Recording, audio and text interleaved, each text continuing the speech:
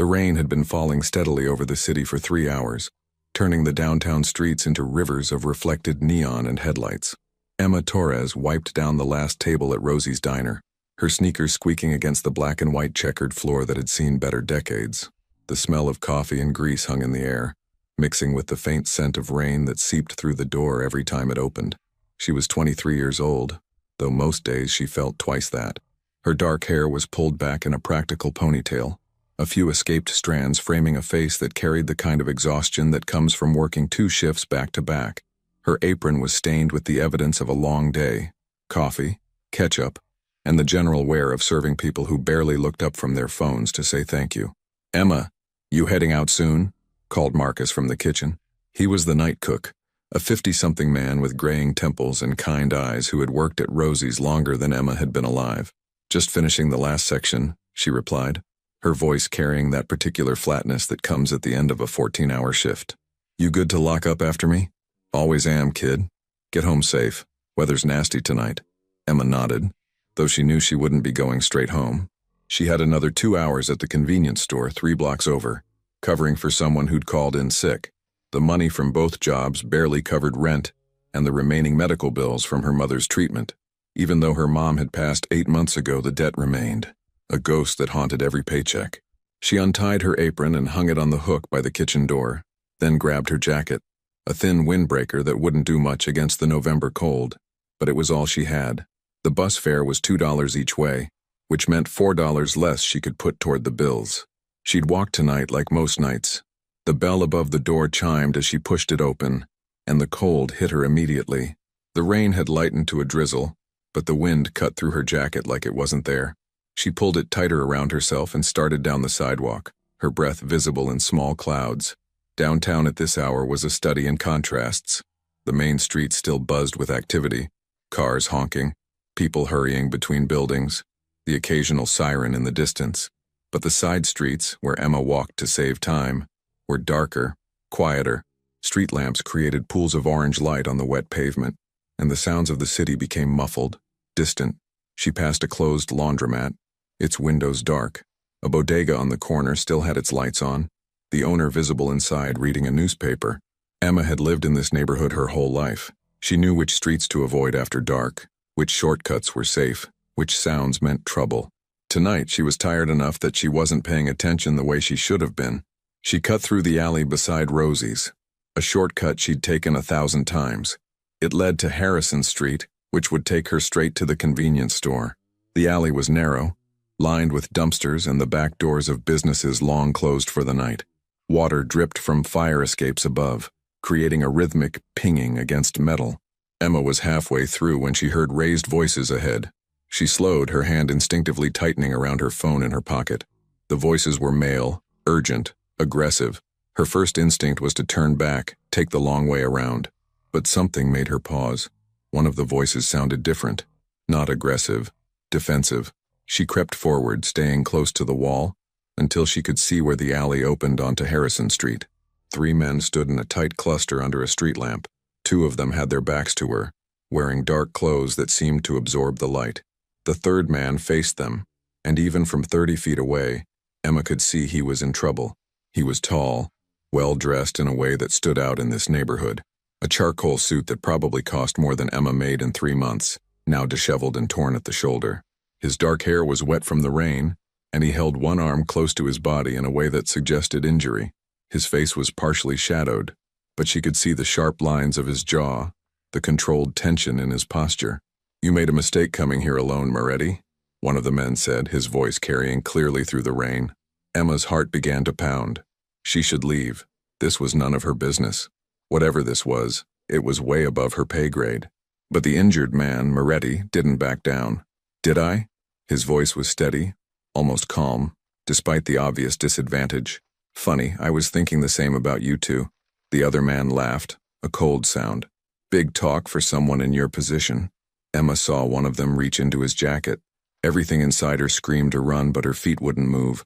She watched, frozen, as the situation escalated in a way that made her blood run cold. Time seemed to slow down. She saw Moretti's eyes widen slightly, saw him tense to move, and in that split second Emma made a choice that would change everything. She didn't think. Thinking would have meant hesitating, and hesitation would have meant being too late. Her mother's voice echoed in her head, something she'd said 100 times. When you see someone in trouble, Emma, you help. That's what good people do. Emma ran forward, her sneakers slapping against the wet pavement. "Hey!" she shouted, her voice cracking with fear and adrenaline. "Fire! Fire in the building!" All three men turned to look at her, and in that moment of distraction, Emma did the only thing she could think of. She grabbed the lid from a nearby dumpster and banged it as hard as she could, creating a noise that echoed off the buildings like a gunshot. Lights flickered on in windows above. Someone shouted. The two men facing Moretti hesitated, looking at each other, clearly not expecting an audience. "There's people coming," Emma yelled, still banging the lid. "I called 911. Police are on the way." It was a lie, but it worked. The two men backed away, shooting Moretti a look that promised this wasn't over, then took off running toward a dark sedan parked on the corner.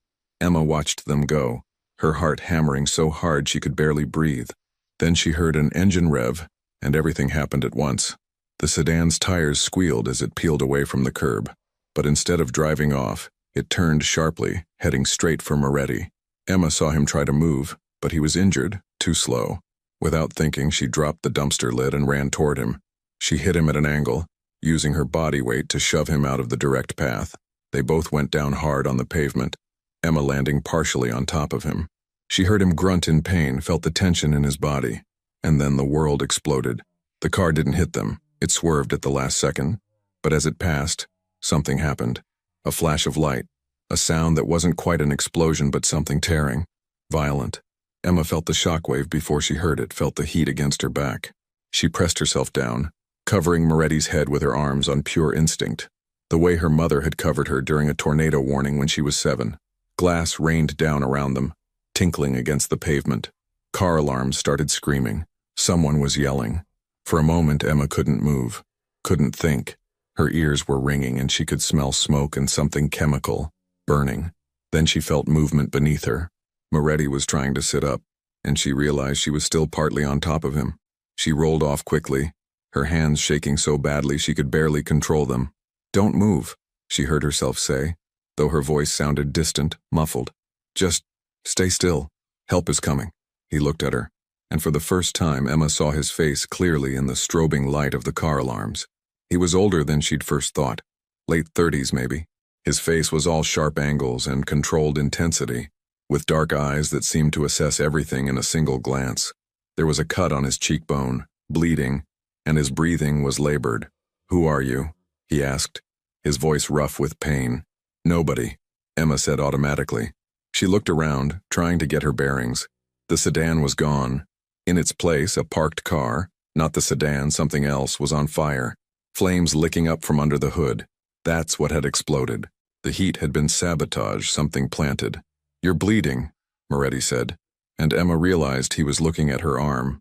She looked down and saw a gash across her forearm, probably from the glass. It didn't hurt yet, the adrenaline was still too high, but it was bleeding steadily. "I'm fine," she said, though she wasn't sure that was true. "You're hurt worse. Your shoulder. I'll live." He was trying to sit up and Emma could see the effort it took. "You need to leave. Now." But it was already too late. Emma heard the vehicles before she saw them. 2 black SUVs appearing from different directions with a coordination that spoke of planning, of organization. They stopped at either end of the alley, blocking both exits. Doors opened and men emerged, 4, 5, 6 of them. They moved with military precision, spreading out, securing the perimeter. Emma's blood ran cold. These weren't random people responding to the commotion. They'd been waiting, watching. One of them, a man in his 40s with iron gray hair and a face carved from stone, approached quickly. He barely glanced at Emma before focusing entirely on Moretti. "Sir," he said, and the respect in his voice was absolute. "We need to move you. Now." "I'm aware, David," Moretti replied, and despite everything, the injury, the obvious pain, his voice carried authority that made the other man straighten slightly. "The girl stays with me." "Sir, that's not—" "She saved my life." Moretti cut him off, his eyes never leaving Emma's face. "Twice. In the span of 30 seconds. She stays where I can see her until I know she's safe." Emma wanted to protest, wanted to say she didn't need his protection, but her voice had abandoned her. The reality of what had just happened was crashing down on her, and suddenly she couldn't stop shaking. "Can you walk?" Moretti asked her, his voice gentler now. She nodded, not trusting her voice. He held out his good hand, and after a moment's hesitation she took it. His grip was firm, steady, and he pulled himself up with a controlled grunt of pain. Emma stood with him, her legs unsteady. The man called David was already on the phone, speaking in low, urgent tones. Two of the other men had moved to the burning car, one with a fire extinguisher. The others formed a protective circle around Moretti. And Emma, "Miss, we need to get you checked out," another man said, appearing at her elbow. He was younger, maybe 30, with kind eyes that contrasted sharply with the professional coldness of the others. "You're injured. We have medical—" "Who are you people?" Emma managed to ask, her voice barely above a whisper. The young man exchanged a glance with David, who gave a slight shake of his head. "Friends of Mr. Moretti's. You're safe now. That's all you need to know." But Emma wasn't stupid. The way these men moved, the way they'd appeared so quickly, the deference they showed Moretti. This wasn't normal. This wasn't a businessman with security guards. This was something else entirely. Sirens were getting closer now. Real ones. Police, fire department, probably an ambulance. The men around her tensed, a subtle shift in their postures. "We need to move, sir," David said urgently. "NYPD is 30 seconds out." "Then we have 30 seconds," Moretti replied calmly. He turned to Emma, and she found herself caught in his gaze. Up close, his eyes were dark brown, almost black, and they held an intelligence that was unsettling. "Listen carefully. When the police arrive, you tell them exactly what you saw. 2 men confronted me. You intervened. There was a malfunction with a parked vehicle. You don't know who I am. You've never seen me before tonight. Understood? But, do you understand?" There was no threat in his voice, but there was something that made Emma nod automatically. "Yes. Good." He reached into his jacket, the movement making him wince, and pulled out a card. It was plain, white, with just a phone number printed in black. "If anyone asks you questions beyond tonight, if anyone makes you feel unsafe, you call that number. Someone will help you." Emma took the card with numb fingers. "I don't understand what's—" "You don't need to." Moretti's expression softened almost imperceptibly. "You did a brave thing tonight. Stupid, but brave. Go home. Forget this happened. Forget you ever saw me." The sirens were right on top of them now. Blue and red lights strobed across the wet pavement. The black SUVs were already moving, engines purring to life. "Sir," David said, his hand on Moretti's good arm. Moretti nodded but kept his eyes on Emma for one more second. "Thank you," he said simply. And then he was being guided toward one of the SUVs, moving with a speed that belied his injuries. Emma stood there, alone, as the SUVs pulled away in perfect coordination, disappearing into the maze of city streets. Just as the first police car rounded the corner, an officer emerged, hand on his belt, eyes scanning the scene. "Miss, are you all right? Were you injured?" Emma looked down at her bleeding arm, then at the burning car being extinguished by firefighters who'd arrived right behind the police. She looked at the empty space where Moretti had been standing seconds before. Yes, I'm injured. There was a malfunction. The car exploded. Did you see what happened? Were there other people here?" Emma thought about the card in her pocket, about Moretti's dark eyes and the certainty in his voice, about the way his men had moved, about the whole impossible situation. "I just saw the explosion," she heard herself say. "I don't know what caused it. Everything happened so fast." The officer nodded, already taking out a notebook. "Let's get that arm looked at, and then I need to ask you some questions. Can you do that?" "Yes, sir." But as an EMT guided her toward an ambulance, as they cleaned and bandaged her arm, as a detective asked her the same questions 3 different ways, Emma's mind was somewhere else. She was thinking about how Moretti had looked at her, like he was seeing something in her she didn't know was there.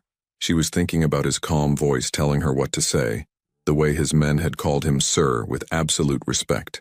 She was thinking about how she'd stepped into something tonight that she didn't understand, and how the universe would never be quite the same shape as it was this morning.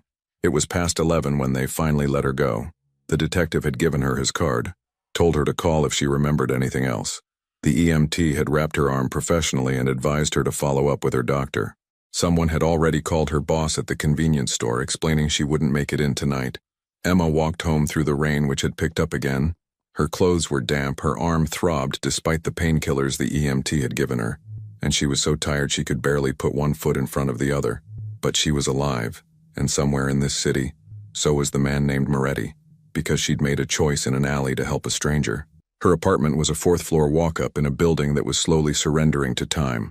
The elevator hadn't worked in 3 years. Emma climbed the stairs slowly, each step an effort. When she reached her door, she had to lean against it for a moment, just breathing. Inside the apartment was exactly as she'd left it that morning. Small, clean, filled with furniture that had belonged to her mother. Emma dropped her keys on the table by the door, kicked off her wet sneakers and stood in the middle of the living room, finally letting herself feel everything she'd been holding back. Her hands started shaking again, then her whole body. She made it to the couch before her legs gave out, and she sat there in the dark processing what had happened. She'd saved someone's life, maybe gotten herself killed in the process, or worse, involved in something dangerous. The way those men had moved, the way they'd controlled the situation, the way Moretti had known exactly what to tell the police. Emma pulled the card from her pocket, staring at the phone number in the dim light coming through her window. Who was Vincenzo Moretti? And why did saving his life feel like she'd just stepped off the edge of a cliff? She didn't have answers. Wouldn't have them tonight. So she got up, took a hot shower that turned lukewarm after 3 minutes because that's all the building's water heater could manage, and changed into old sweatpants and a t-shirt. Her phone buzzed as she was getting into bed. A text from Marcus. Heard about the explosion. You okay? She typed back, fine, just tired. See you tomorrow. But she wouldn't sleep. Emma lay in the dark, staring at her ceiling, watching shadows from passing cars play across the peeling paint, and wondered what she'd set in motion tonight. Outside, the city continued its endless rhythm. Somewhere, Vincenzo Moretti was being treated for his injuries. Somewhere, the men who'd tried to harm him were planning their next move. Somewhere, the decisions made in an alley during a rainstorm were rippling outward, touching lives in ways no one could predict. Emma finally drifted off around 3 in the morning, the white card with a phone number on her nightstand, a silent promise that this was far from over. She had no idea how right she was. When she woke 6 hours later to the sound of her alarm, sunlight was streaming through her thin curtains, and for a moment, just a moment, she wondered if the whole thing had been a dream. A crazy, adrenaline-fueled nightmare brought on by too much coffee and too little sleep. Then she saw the bandage on her arm and knew it had been real. Emma got ready for her morning shift at Rosie's on autopilot, brushing her teeth, pulling her hair back, finding clean clothes that didn't have stains. Her body ached in places she hadn't known could ache, and the cut on her arm throbbed with every movement. She was tying her sneakers when she heard something outside her door. Not a knock, something softer, paper sliding under the gap at the bottom. Emma froze, her heart suddenly racing. She stared at the door for a long moment before slowly approaching it.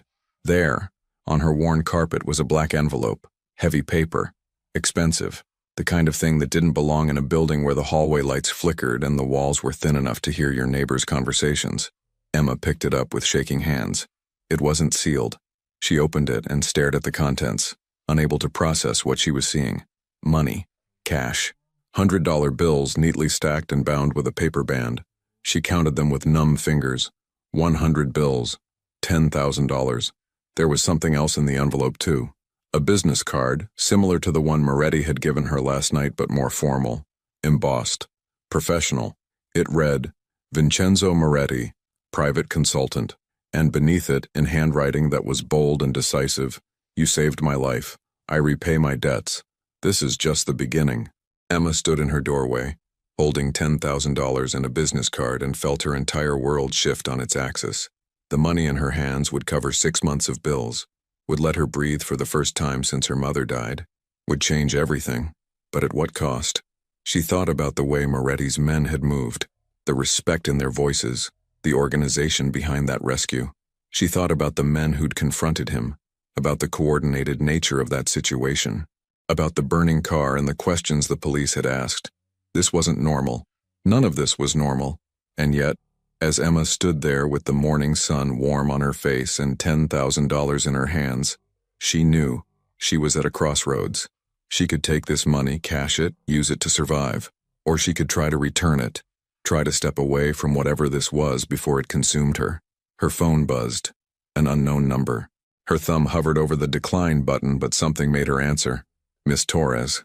The voice was calm, professional. Male. Mr. Moretti would like to meet with you, to properly thank you for your assistance last night. A car will be outside your building in 1 hour. The choice to accept is entirely yours, but he hopes you'll agree. He has information that might interest you. What kind of information? Emma asked, her voice steadier than she felt. About the people who attempted to harm him, and why your involvement means they now know who you are. The line went dead. Emma stood there, the phone in one hand, the money in the other, and realized with cold certainty that her choice had been made the moment she'd run into that alley. There was no going back now. Outside her window, a black sedan pulled up to the curb and waited, engine idling. Opening scene, 9:47 a.m., Emma's apartment building. Emma Torres stood at her apartment window, watching the black sedan idling below. The morning sun reflected off its polished surface, making it look like something from another world.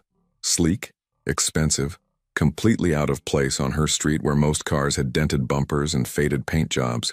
She'd spent the last 45 minutes pacing her small living room, the business card and money spread out on her coffee table like evidence of a crime she hadn't committed.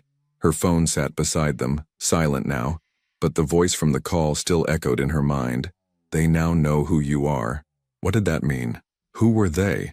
And more importantly, what had she gotten herself into by helping a stranger in an alley? Emma picked up the card again, running her thumb over the embossed letters. Vincenzo Moretti, private consultant. The title was deliberately vague, the kind of description that could mean anything or nothing. Her internet search that morning had yielded surprisingly little, a few mentions in business journals, some society page photos from charity events, but nothing concrete about what he actually did. That absence of information was more telling than any article could have been. She glanced at the clock on her microwave. 9:52 a.m. 8 minutes until the hour was up. 8 minutes to decide whether to walk down those stairs and get into that car, or to pretend none of this had ever happened. Except she couldn't pretend. The bandage on her arm was real. The $10,000 was real. And if what the voice on the phone had said was true, the danger was real too. Emma made her decision the way she made most decisions in her life, by asking herself what her mother would do. Maria Torres had been a practical woman, a survivor who'd raised Emma alone after her father left when she was 3. She'd worked 2 jobs most of Emma's childhood, never complained, never gave up. And she'd always taught Emma one thing above all else: face problems head on, because running only makes them chase you faster. Emma picked up the money, counted out $500 and put it in her wallet, then tucked the rest into an envelope and hid it inside a coffee canister in her kitchen. She changed into the cleanest clothes she had, dark jeans without holes, a simple gray sweater, her only pair of boots that weren't falling apart. She pulled her hair back into a neat ponytail and looked at herself in the bathroom mirror. 23 years old, tired eyes, the face of someone who'd grown up too fast. But there was something different there this morning, something she hadn't seen before. A hardness around her mouth, a wariness in her expression. The world had shown her something ugly last night, and it had left its mark. She grabbed her jacket and her phone, took one last look around her apartment, small, shabby, but hers, and walked out the door. The stairs creaked under her feet as they always did. Mrs. Chen from 3B was arguing with someone on the phone in rapid Cantonese. Mr. Rodriguez's television blared a morning talk show through his thin door. Normal sounds. Normal life. Everything the same as it had been yesterday, except Emma knew she wasn't the same person who'd climbed these stairs last night. The sedan's back door opened as she approached, and a man stepped out. He was the younger one from last night, the one with kind eyes who'd tried to check her injuries. In the daylight, she could see he was maybe 30, with light brown hair, and the build of someone who stayed in shape. He wore a dark suit that fit perfectly, and his expression was professionally neutral. "Miss Torres," he said politely, "thank you for agreeing to meet with Mr. Moretti. My name is James. I'll be driving you this morning." "Where are we going?" Emma asked, not moving closer to the car. "Mr. Moretti's residence. It's about 30 minutes outside the city. You have my word that you'll be returned safely to your home whenever you wish to leave." Emma studied his face, looking for signs of deception or threat. She found neither. What she found was someone doing a job, someone who seemed almost apologetic about the whole situation. "I want to be back by 2, she said finally. "I have a shift at the diner. Of course, we'll make sure you're back with time to spare." Emma nodded and walked to the car. James held the door for her, and she slid into the back seat. The interior smelled like leather and something else. Expensive cologne, maybe. The seats were soft, the kind of comfortable she'd only experienced in furniture stores she couldn't afford to shop in. James got into the driver's seat and pulled smoothly into traffic. Emma watched her neighborhood slide past the window, the bodega where she bought her groceries, the laundromat she used every Sunday, the bus stop where she'd spent countless hours waiting in the cold. All of it familiar, all of it part of the life she'd built from nothing after her mother died. And now she was leaving it, driving towards something unknown in the back of a car that probably cost more than she'd make in 5 years. "How's your arm?" James asked, glancing at her in the rearview mirror. "It's fine, just a scratch. The EMTs did good work. You were lucky it wasn't deeper." Emma didn't respond. Lucky wasn't the word she'd use for anything about last night. They drove in silence for a while, leaving the city proper and heading toward the suburbs. The buildings grew shorter, the streets wider. Trees appeared, bare branches stark against the November sky. This was a part of the metropolitan area Emma had never had reason to visit, where people had yards and two-car garages and mailboxes at the end of driveways. "Can I ask you something?" Emma said finally, breaking the silence. "You can ask. I might not be able to answer. Who is Vincenzo Moretti?" "Really?" James was quiet for a moment, his eyes on the road. When he spoke, he chose his words carefully. He's someone who values loyalty above all else. Someone who protects the people who work for him. Someone who keeps his word, always. That's not an answer. It's the only answer I can give you. James met her eyes in the mirror. But I'll tell you this. He's a complicated man in a complicated business. Not everything is black and white, Miss Torres. There's a lot of gray in this world. Emma leaned back against the seat, processing that. A complicated business. Gray areas. Everything about this was screaming at her to turn around, to demand to be taken home, to forget she'd ever met Vincenzo Moretti. But she didn't, because she needed to know what she'd stepped into, what they knew about her, what danger she might have brought to her doorstep by being in the wrong place at the wrong time. The houses they passed got progressively larger, set back from the road behind gates and walls. Old money neighborhoods where the lawns were maintained by professional services, and the cars in the driveways were German or Italian. Emma had cleaned houses in areas like this during high school, saving for community college courses she'd eventually had to drop out of when her mother got sick. She knew these houses from the back entrances, from the service doors and utility rooms. She'd never been invited to the front door. James turned onto a private road marked only by a discreet sign. Private property, no trespassing. They drove for another few minutes through landscaped grounds, past tall oak trees and manicured gardens dormant for winter. Then the house came into view, and Emma's breath caught. It wasn't the biggest mansion she'd seen in this area, but it was substantial. A 3-story stone structure that managed to look both elegant and fortress-like. Wide steps led up to double doors made of dark wood. Windows reflected the morning sun, making it impossible to see inside. The architecture was old world, European maybe, but impeccably maintained. This wasn't just wealth, this was power. James pulled the car around a circular driveway and stopped at the front entrance. He got out and opened Emma's door, offering his hand to help her out. She took it, her legs unsteady as she stepped onto the stone pavers. "Mr. Moretti is waiting for you in the study," James said. "I'll take you to him." Emma followed him up the steps, through the double doors and into an entrance hall that took her breath away. The floor was marble, gleaming and perfect. A chandelier hung from a ceiling that was at least 20 feet high. Original oil paintings lined the walls, the kind she'd only seen in museums. A curved staircase swept upward to the second floor, its banister a work of art in itself. "This way, please," James said, leading her down a hallway to the left. Emma's sneakers were silent on a Persian rug that probably cost more than her entire apartment building. She passed doorways opening onto rooms she could only glimpse. A formal dining room with a table that could seat 20, a living room with furniture that looked antique and priceless, a library with floor-to-ceiling bookshelves.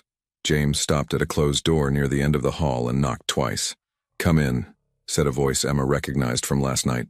Calm, controlled, authority wrapped in civility. James opened the door and gestured for Emma to enter.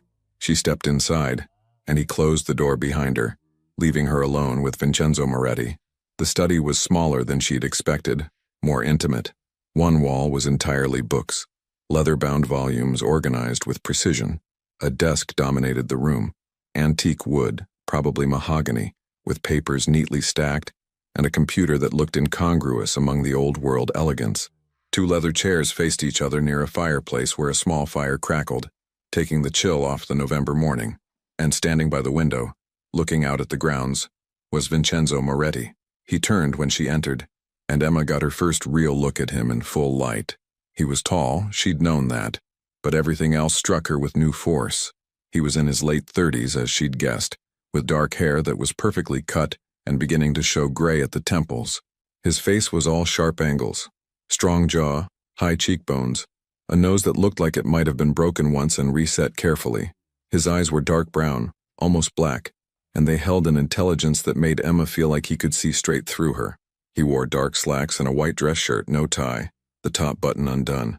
His left arm was in a sling, evidence of last night's injury, but he held himself with the kind of posture that spoke of discipline, control. "Miss Torres," he said, and his voice was different than she remembered, less strained, stronger. "Thank you for coming. Please sit." He gestured to one of the leather chairs by the fireplace. Emma hesitated, then moved toward it, acutely aware of how out of place she looked in this room. Moretti took the other chair, moving carefully to accommodate his injury. For a moment, they just looked at each other. Emma felt like she was being evaluated, measured against some internal standard she couldn't guess at. "How's your arm?" he asked finally. "Fine. How's your shoulder?" A slight smile touched his mouth. "Painful but functional. The doctor said I was fortunate. Half an inch to the left and it would have been much worse. The men who confronted you used a blade," Moretti finished calmly. "Yes, they were not trying to have a conversation." Emma swallowed hard. The clinical way he said it, like he was discussing the weather, was somehow more unsettling than if he'd been dramatic about it. "You have questions," he continued. "That's understandable, and you deserve answers, given that your life is now complicated because of your decision to help me." "Who are you?" Emma asked bluntly. "And don't give me the private consultant line. I want the truth." Moretti studied her for a long moment, and Emma got the feeling he was deciding how much to tell her. When he spoke, his voice was measured, careful. "I manage certain business interests in this city and beyond. Legitimate enterprises, restaurants, real estate holdings, import-export operations. But I also navigate situations that exist outside conventional business practices. I facilitate connections between people who need things done and people who can do them. I provide security and solutions for individuals who can't rely on traditional channels." "That's a lot of words to avoid saying something specific," Emma said, surprised at her own boldness. His smile widened slightly, showing approval. "You're direct. I appreciate that. Very well. More specifically, I operate in spaces where the law is either inadequate or absent. I protect people who need protection. I resolve conflicts that can't be resolved through legal means. And yes, I have enemies. People who would prefer I didn't exist because my existence interferes with their own interests." "You're talking about organized crime," Emma said flatly. "I'm talking about the gray areas I mentioned exist in any large city," Moretti corrected. "There are systems that operate parallel to the official ones, power structures that predated current laws and will outlast them. I'm part of that structure. Not the worst part, if that matters to you, but not the best either. I don't deal in substances that harm people. I don't traffic in human misery, but I do operate outside the law when necessary." Emma felt like the chair was tilting under her, though she knew it was perfectly stable. This was real. He was confirming what she'd suspected, what the evidence had been screaming at her since last night. "The men who attacked you, they're part of this structure. They work for someone who wants what I have. Territory, influence, respect. The usual motivations." Moretti leaned back slightly, his dark eyes never leaving her face. "Which brings me to why you're here. By intervening last night, you accomplished two things. First, you saved my life, for which I am genuinely grateful. Second, you made yourself visible to my enemies. They now know that someone helped me escape. They have ways of finding out who you are, if they haven't already." Emma's heart began to pound. "What does that mean? Are you saying I'm in danger?" "I'm saying you might be, yes. These people are thorough. They'll want to know who you are, why you helped me, whether you know anything that could be useful to them.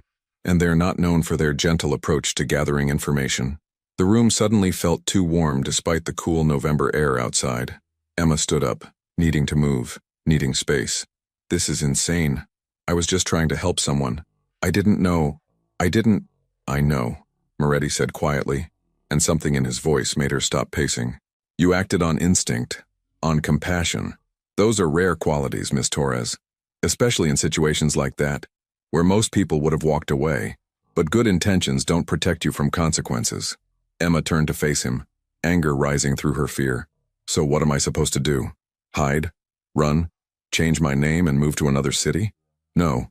Moretti stood up, moving to his desk. He picked up a file folder. Emma hadn't noticed it before and held it out to her. You're supposed to let me protect you, and in exchange, you're going to work for me. Emma stared at the folder like it was a snake. Work for you? Doing what? Managing my legitimate businesses. The restaurants I mentioned, the real estate holdings, they all need oversight. Someone trustworthy, someone organized, someone who isn't connected to my other activities. Someone whose presence wouldn't raise questions. He set the folder on the desk between them. You have experience in food service. You're 23, educated enough to handle paperwork and deal with people. And most importantly, you've already proven you're not the type to panic under pressure. I don't know anything about managing businesses. I'm a waitress. You're a fast learner, I suspect, and you'd have support. Accountants, lawyers, managers who've been handling these operations for years. You'd be more of a coordinator than an operator, making sure everything runs smoothly, flagging problems, being my eyes and ears in the legitimate world.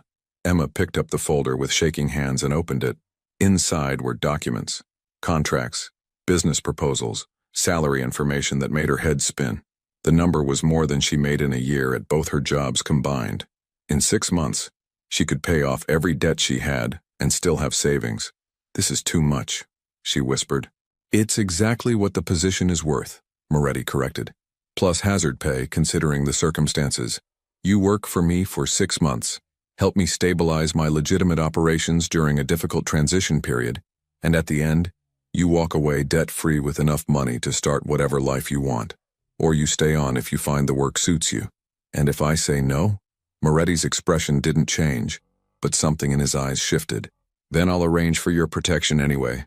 A security detail watching your apartment, your workplace. I'll make sure you're safe, but you'll be living with the constant awareness that you're being watched, both by my people and possibly by theirs. You'll be looking over your shoulder for months, maybe years, wondering when or if someone will come asking questions. You'll be a potential liability that my enemies might try to exploit. So it's not really a choice, Emma said bitterly. Everything is a choice, Miss Torres, but some choices have better outcomes than others. He moved closer, his voice gentler now. I'm not trying to coerce you. I'm trying to solve a problem we both have. You need security and financial stability. I need someone in my legitimate operations who isn't compromised by association with my other activities. Someone fresh, someone the authorities wouldn't immediately connect to me. It's a business arrangement that benefits us both.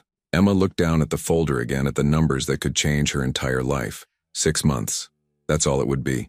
6 months of working for a man who operated in gray areas, who had enemies who carried blades and set cars on fire. 6 months of compromising everything her mother had taught her about doing the right thing, about staying away from trouble, about building an honest life. But her mother had also taught her about survival, about doing what you had to do to keep going when the world tried to grind you down. And right now, Emma was being ground down every single day, by debt, by exhaustion, by a future that looked exactly like her present, stretching out in an endless line of double shifts and barely making rent until she was 50, 60, 70 years old. I need to think about it, she said finally. Of course. Take the folder. Review everything. Talk to a lawyer if you'd like. I'll even pay for one. But Miss Torres? He waited until she met his eyes. Don't take too long. Every hour you're unprotected is an hour my enemies have to find you, and every hour you spend struggling in 2 dead-end jobs is an hour of your life you'll never get back. Emma clutched the folder to her chest. Can James take me home now? He's waiting outside. But before you go, Moretti opened a desk drawer and pulled out something small, black, rectangular. A phone. This is a secure line. My direct number is programmed in. If anything unusual happens, anything at all, you call me immediately, day or night. Don't hesitate. Emma took the phone, adding it to the folder she was carrying. Why are you doing all this? The money, the protection, this job offer? You could just hire security for me and wash your hands of the whole situation. Moretti was quiet for a moment, and when he spoke, there was something in his voice Emma hadn't heard before, something almost vulnerable. Last night, when that car was burning and glass was falling around us, I was trying to stay conscious, trying not to pass out from the pain and blood loss. And do you know what I heard? Your voice. Calm, steady, telling me help was coming, telling me to stay still, to breathe. You weren't panicking. You weren't running. You were there, keeping me focused, keeping me alive. He paused. I've been in this business for 20 years, Miss Torres. I've known hundreds of people, and I can count on one hand the number who've shown that kind of courage when it mattered. That's not something I take lightly. That's not something I forget. Emma didn't know what to say to that. She stood there, holding a folder that contained her potential future, and a phone that connected her to a man who lived in shadows, and felt the weight of a decision she wasn't ready to make. James will drive you home, Moretti said, his professional demeanor returning. Think about my offer. But Emma, he used her first name for the first time, and somehow that made everything more real. Whatever you decide, be careful. The world you glimpsed last night, it doesn't forget witnesses, and it doesn't forgive interference. Scene transition, the drive home. Emma sat in the back of the sedan, the folder on her lap, watching the suburbs give way to the city through tinted windows. James drove in silence, seeming to sense she needed space to process. Her phone, her regular phone, not the secure one Moretti had given her, buzzed with a text from her manager at the diner. Where are you? Shift started 20 minutes ago. Emma stared at the message, then at the folder in her lap. In that folder was enough money to never worry about missing a shift again, to never worry about how she'd pay rent, or whether she could afford new shoes when these ones finally fell apart. But it was money earned by working for Vincenzo Moretti, by becoming part of his world, even if just the legitimate edge of it. She typed back, family emergency, be there soon. Sorry, another lie. How many more would there be if she took his offer? Can I ask you something? Emma said to James. Sure. How long have you worked for him? 8 years. Has anyone working for him ever been hurt because of association with him? James was quiet for a long moment. When he answered, his voice was careful. Mr. Moretti protects his people. That's his first priority always. I've never felt unsafe working for him. Can't say that about every job I've had. That's not really an answer. It's the honest one, though. Look, Miss Torres, working for Mr. Moretti isn't like working anywhere else. The pay is excellent, the benefits are incredible, and he inspires loyalty because he gives it first. But is it completely safe? No. Nothing worth doing ever is. You take calculated risks, you follow protocols, and you trust that he has your back. So far for me, that's been enough. Emma absorbed that as they crossed back into her neighborhood. The contrast was jarring. From manicured estates to cracked sidewalks, from pristine lawns to chain-link fences. This was her world. The question was whether she was ready to leave it, even partially for the one Moretti was offering. James pulled up to her building and turned to look at her. One more thing? Whatever you decide, don't beat yourself up about it. You did a good thing last night. Most people wouldn't have. The fact that it got complicated doesn't change that. Emma nodded, grateful for the kindness in his voice. She got out of the car, clutching the folder and the secure phone, and watched as the sedan drove away. Mrs. Chen was outside, sweeping her stoop. Where you been, Emma? That was some fancy car. Job interview, Emma said, surprising herself with how easily the lie came. Oh yeah, you get it? Emma looked down at the folder, still deciding. She climbed the stairs to her apartment, each step heavier than the last. Inside, everything was exactly as she'd left it. Small, shabby, familiar. Safe. She set the folder on her coffee table next to the money from this morning, and for a long moment, she just stared at both. Then she opened the folder and started reading. Scene transition. That evening, Emma called in sick to her evening shift at the convenience store. She spent the next 6 hours reading every document in the folder, making notes, trying to understand exactly what Moretti was offering. The legitimate businesses were exactly as he'd described. 3 restaurants in different parts of the city, 2 apartment buildings, and an import business specializing in Italian goods. Wine, olive oil, furniture, all of them profitable. All of them above board according to the financial records she could see. The salary was structured as a standard employment contract. Taxes would be paid. Everything looked legal, official. If she didn't know who Vincenzo Moretti really was, this would look like a dream job. But she did know, and that knowledge sat heavy in her stomach as the sun set outside her window. Her regular phone rang around 7. Unknown number. Emma's hand hovered over it before she answered. Hello? Emma Torres? A woman's voice, professional, slightly cold.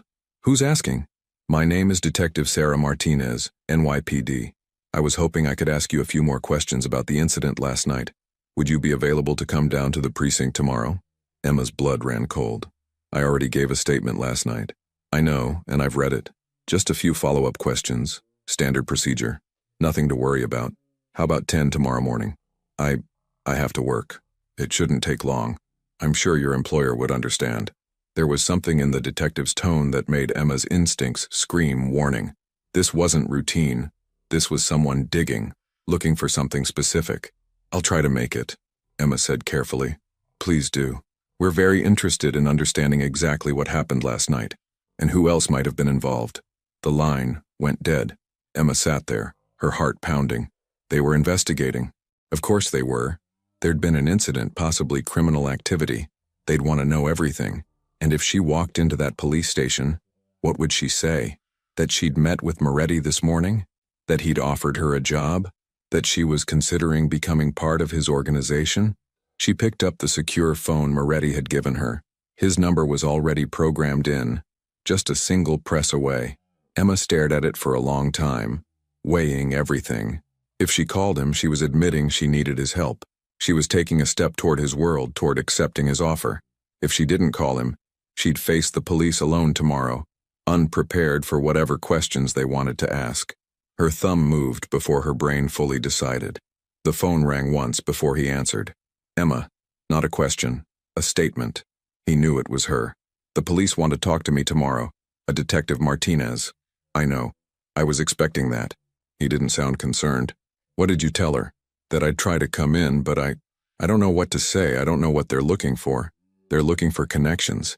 They want to know if you know who I am, if you're working for me, if last night was something more than a random Good Samaritan moment. She heard him moving, possibly standing up. This is what I was talking about, Emma. The complications. They'll keep digging until they find something or until they're convinced there's nothing to find. What should I do? You have two options. 1. Go in tomorrow, stick to your original story, answer their questions politely but minimally. Don't volunteer information. Don't let them intimidate you.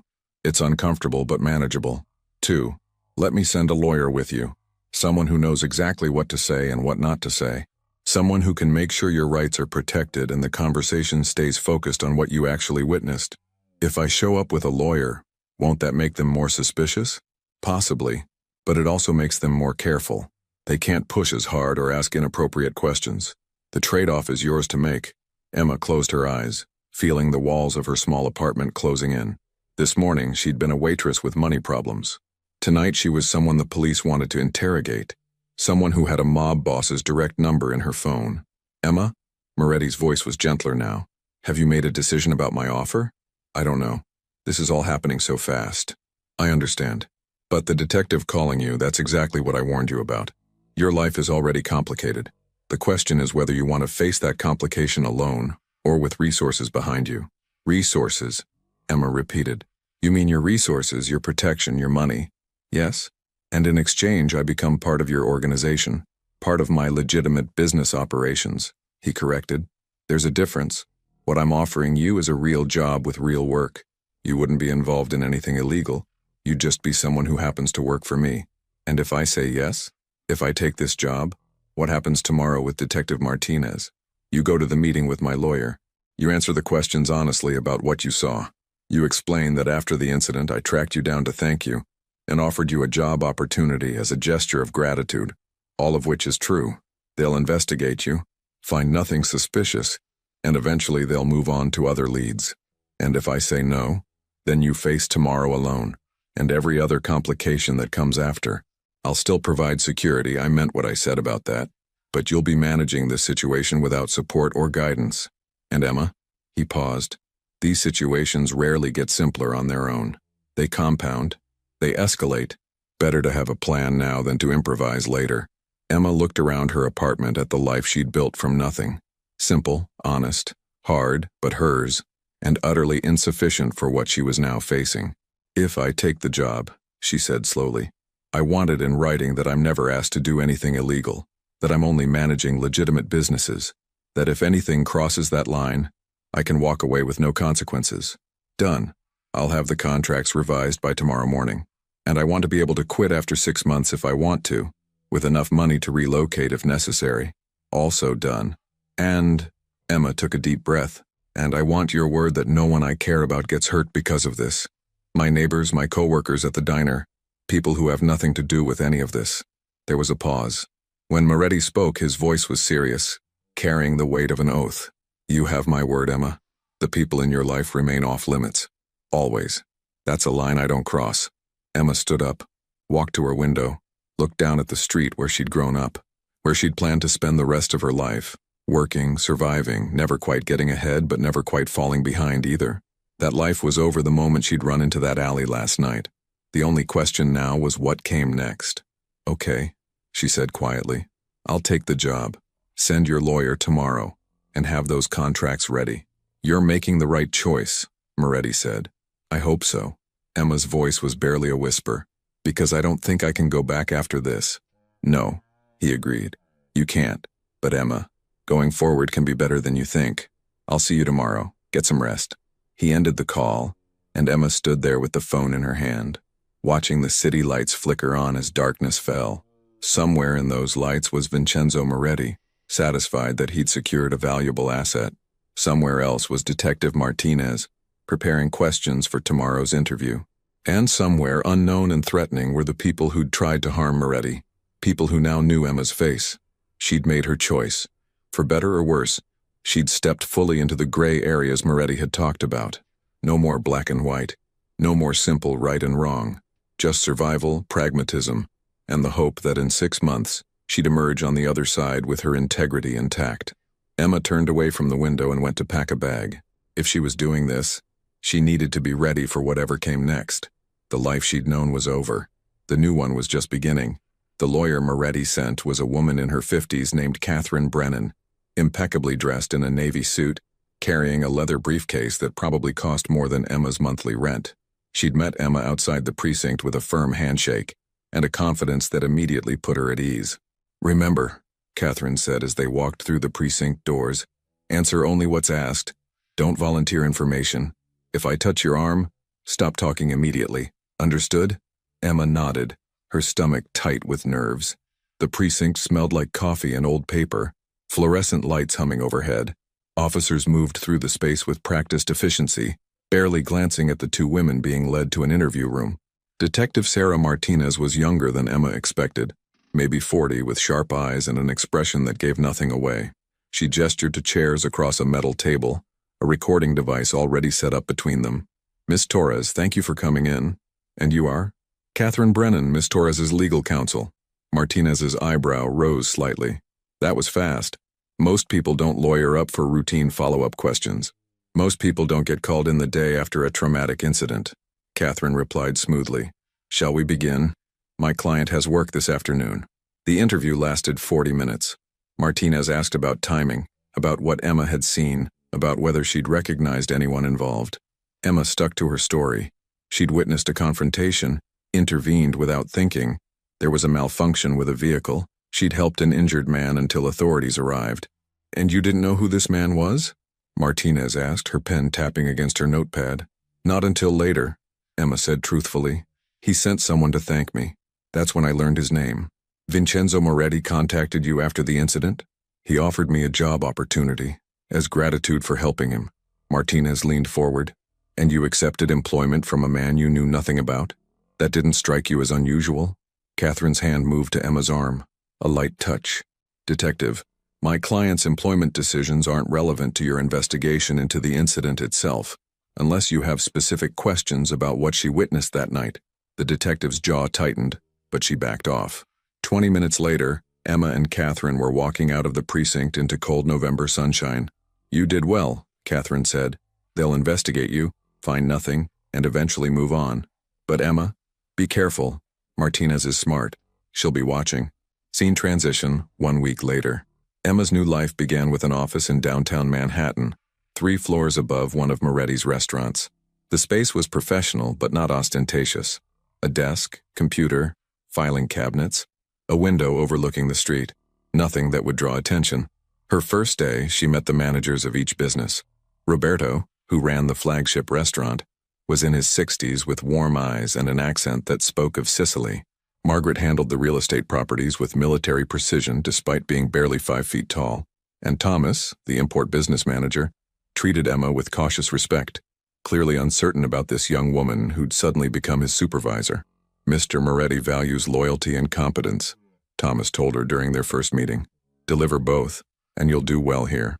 The work itself was surprisingly legitimate. Emma reviewed financial reports, approved vendor contracts, handled complaints from tenants in the apartment buildings.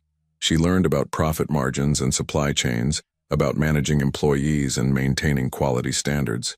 It was more responsibility than she'd ever had, but she found herself rising to meet it.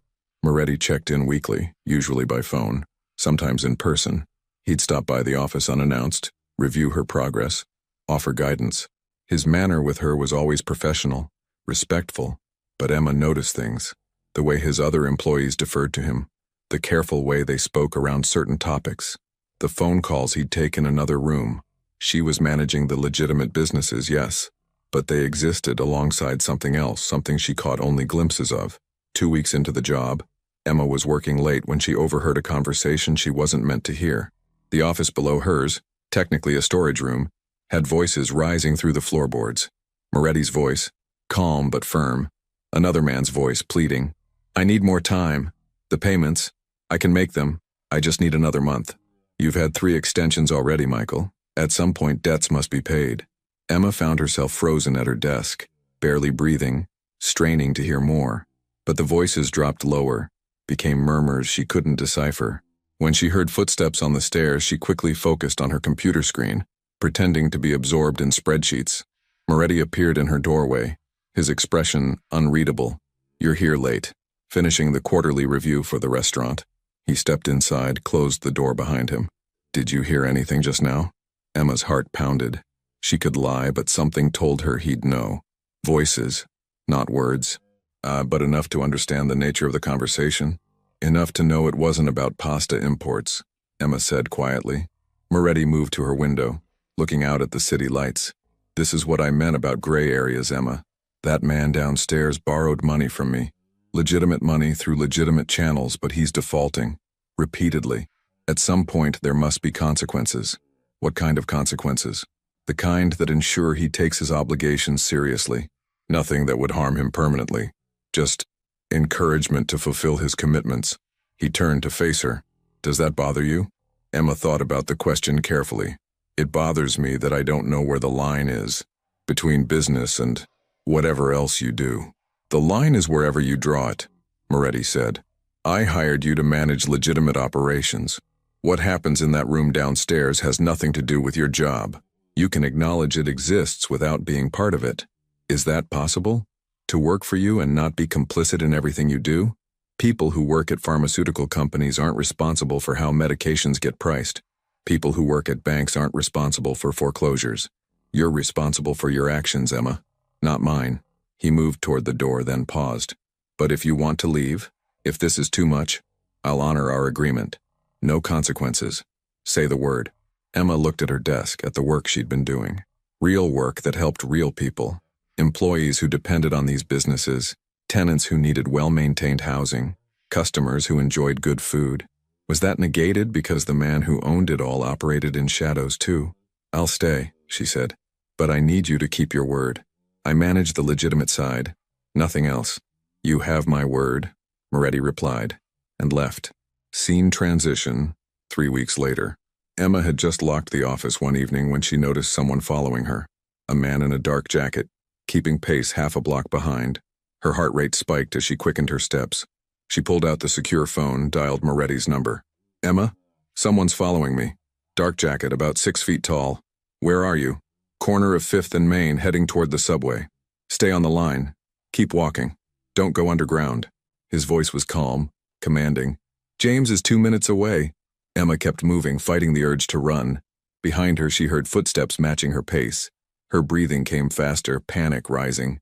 Then a black sedan pulled up beside her, and James's voice called out, "Miss Torres, get in."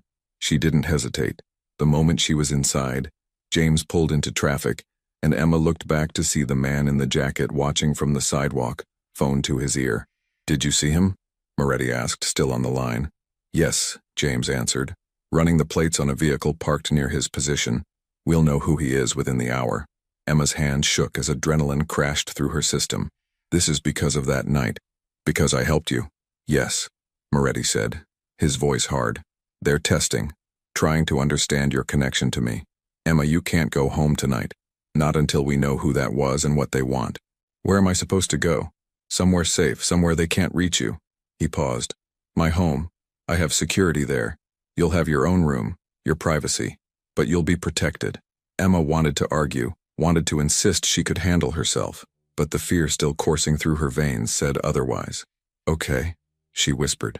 An hour later, she was back at the estate she'd visited weeks ago, this time not as a visitor but as someone seeking sanctuary. The house that had seemed like a fortress now felt like exactly that. Walls between her and people who meant her harm. Moretti met her in the entrance hall, his expression grave. The man following you works for the Castellano family.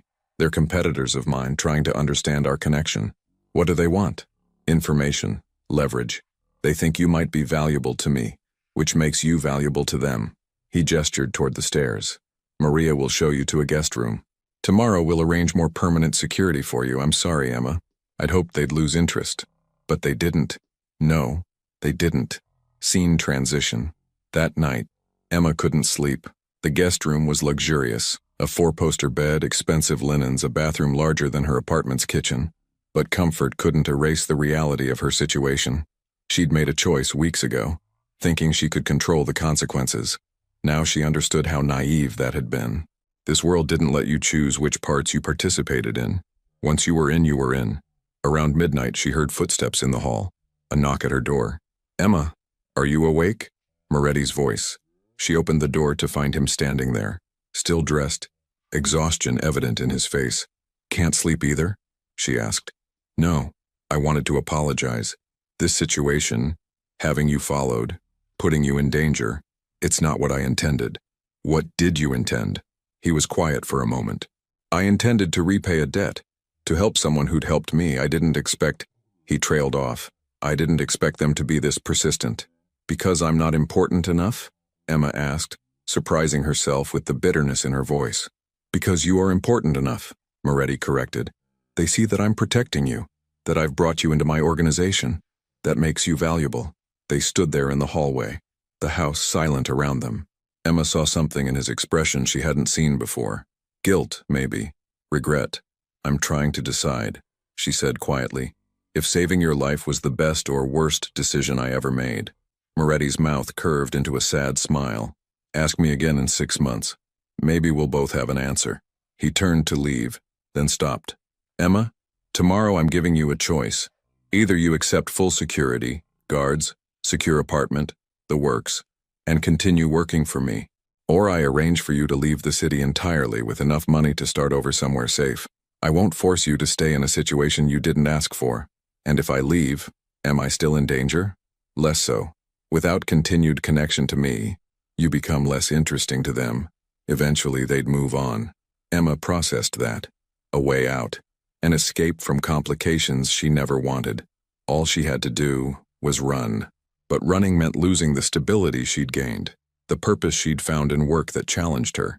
It meant reverting to survival mode, looking over her shoulder in a new city, always wondering if she'd truly escaped. I'll think about it, she said. Moretti nodded and walked away, leaving Emma alone with a decision that would define everything that came next.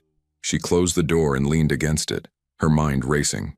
Outside, security patrolled the grounds.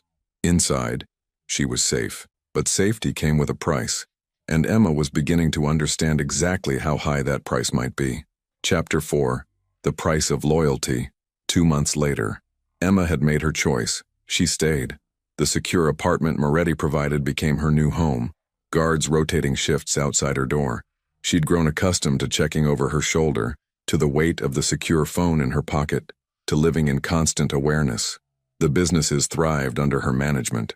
She'd proven herself capable, earning respect from employees who initially doubted her. Roberto's restaurant received its first 5-star review.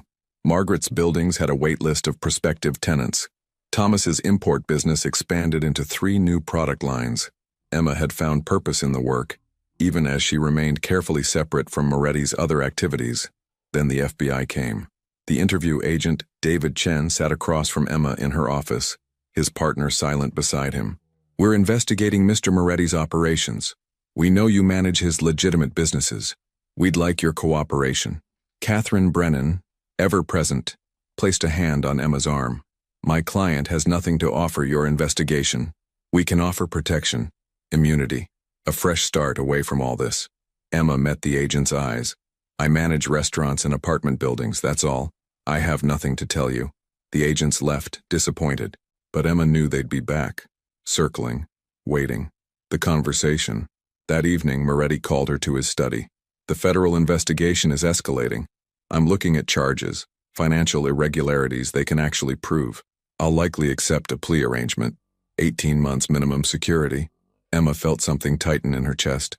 "What happens to the businesses?" "You continue managing them. I'm transferring operational control to you during my absence. It's all documented, all legal. When I'm released, we'll reassess. You trust me that much? You've earned it." He paused. "Emma, when this started, I saw you as a debt to be repaid. But you've become something more. A reminder that integrity exists even in gray spaces. Don't lose that." 8 months later. Resolution. Emma stood outside the minimum security facility, the winter sun weak against her face. Moretti had surrendered that morning, the plea deal finalized. 18 months for financial violations, nothing more serious proven. She thought about the night in the alley, about the choice that had led her here. She'd lost her innocence, yes, but she'd gained strength, purpose, the ability to navigate complexity without drowning in it. Her phone buzzed, James asking if she needed anything. Behind her, a security detail waited. Around her, the world continued spinning, indifferent to one woman's journey through moral ambiguity. Emma had saved a stranger's life and lost her simple existence, but she'd found something unexpected, the capacity to survive in shadows while keeping her core intact. She walked to her car, ready to manage an empire built on gray areas, knowing that in 6 months she could leave, knowing she probably wouldn't. Some choices don't have clean endings. They just have consequences you learn to live with. 1 year after that night in the alley, Emma sat in her office reviewing quarterly reports. The businesses were thriving. She'd established a scholarship fund for employees' children, implemented fair housing practices, created something good from complicated origins. A letter arrived, from Moretti, as promised. Inside, just a few words. "Thank you for staying calm when it mattered.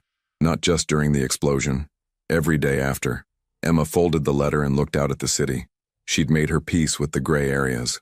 Not proud, not ashamed, just surviving, adapting, becoming someone she never expected to be.